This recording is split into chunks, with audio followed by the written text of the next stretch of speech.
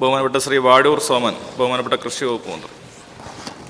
Sir, സംസ്ഥാനത്തെ ഏലം കർഷകർ വളരെയേറെ ദുരിതം അനുഭവിക്കുന്ന സ്ഥിതിവിശേഷമാണ് നിലവിലുള്ളത്. നൂറ്റാണ്ട് കണ്ട ഏറ്റവും വലിയ വരൾച്ച ദുരിതമാണ് ഇടുക്കി ജില്ലയിലെ ഏലം കർഷകർ നേരിടുന്നത്. 80% ഏലവും ഈ വർഷമുണ്ടായ വരൾച്ചയിൽ പൂർണ്ണമായും നശിച്ചു പോയിട്ടുള്ളത് ബഹുമാനപ്പെട്ട മന്ത്രി നേരിട്ട് വന്ന് സന്ദർശിച്ചിട്ടുള്ളതാണ്. നിലവിൽ കാടമ രജിസ്ട്രേഷൻ നടത്തിയവർക്ക് മാത്രമേ വിളനാശത്തിന് ഉള്ള നഷ്ടം സർക്കാരിൽ നിന്നും ലഭിക്കുന്നത്. നിലവിലെ നിയമപ്രകാരം കാടമം രജിസ്ട്രേഷൻ ചെയ്യണമെങ്കിൽ 1 ഹെക്ടറിൽ കൂടുതൽ സ്ഥലമുള്ളവർക്ക് മാത്രമേ സാധിക്കുകയുള്ളൂ.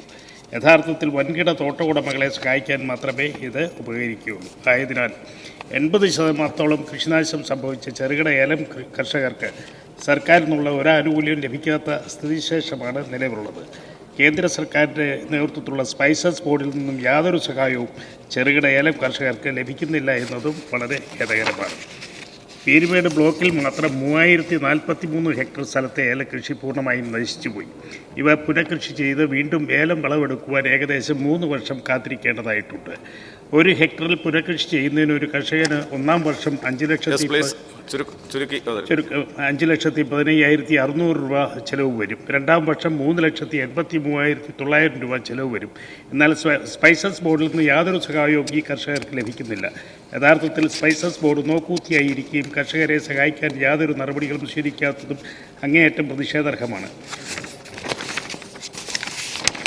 ആയതിനാൽ ഏലം കർഷകരെ സഹായിക്കാൻ വേണ്ടി എന്തൊക്കെ നടപടികളാണ് സ്വീകരിക്കാൻ സാധിക്കുമെന്നും സ്പൈസസ് ബോർഡിൻ്റെ പ്രവർത്തനങ്ങൾ ശക്തിപ്പെടുത്തുവാൻ കേന്ദ്ര സർക്കാരിനെ സമീപിക്കുവാനും പുനഃകൃഷി ചെയ്യുവാനുള്ള കർഷകർക്ക് ഏലം തൈകൾ സർക്കാരിൽ നിന്നും സൗജന്യമായി നൽകുവാനും കാടമം രജിസ്ട്രേഷൻ പുതുക്കാനുള്ള തീയതി ദീർഘിപ്പിച്ച് നൽകുവാനും അതുപോലെ തന്നെ ജനകീയാസൂത്രണത്തിൻ്റെ പദ്ധതി മാർഗരേഖയിൽ ചെറുകിട നാമമാത്ര ഏലം കർഷകർക്കും ജൈവവളം, രാസവളം, നടീൽ വസ്തുക്കൾ, മറ്റ് ഉൽപ്പാദനോപാധികൾ, കൃഷിക്കുള്ള മറ്റ് സബ്സിഡികൾ എന്നുകൂടി ലഭ്യമാക്കുവാനും നടപടി സ്വീകരിക്കുവാനുള്ളതാണ് ബഹുമാനപ്പെട്ട മിനിസ്റ്റർ സബ്മിഷൻ. സർ, ബഹുമാനായ ശ്രീ വാഴൂർ സോമൻ MLA അദ്ദേഹത്തിൻ്റെ മേഖല ഉൾക്കൊള്ളുന്ന പ്രദേശത്ത് ഇടുക്കിയിലുണ്ടായ ഒരു വലിയ പ്രശ്നത്തെയാണ് ഈ സബ്മിഷനിലൂടെ ഉന്നയിച്ചിട്ടുള്ളത്.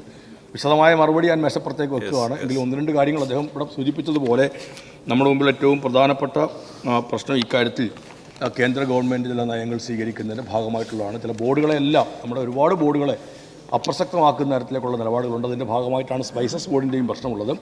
കേന്ദ്രത്തിൻ്റെ ശ്രദ്ധയിൽ നമ്മൾ പെടുത്തുന്നുണ്ട്. കേന്ദ്ര ഗവൺമെൻറ്റിനെ, കേന്ദ്ര കൃഷി വകുപ്പ് മന്ത്രിയെ നേരിട്ട് തന്നെ കണ്ട് ഇക്കാര്യങ്ങൾ ഉന്നയിക്കാൻ വേണ്ടി സമയം ചോദിച്ചിട്ടുണ്ട്. അങ്ങ് പറഞ്ഞ ചെറുകിട കർഷകരുടെ കാര്യമുണ്ട്, അവിടെ പോയപ്പോഴും പറഞ്ഞ കാര്യമാണ്. സർക്കാർ അത് വളരെ ഗൗരവതരമായി പരിശോധിച്ച് വരികയാണ്. സാധാരണ കർഷകരെ കൂടി സഹായിക്കാൻ പാകത്തിലേക്ക് നമ്മൾ അത്തരം നടപടികൾ സ്വീകരിക്കുന്നതായിരിക്കും.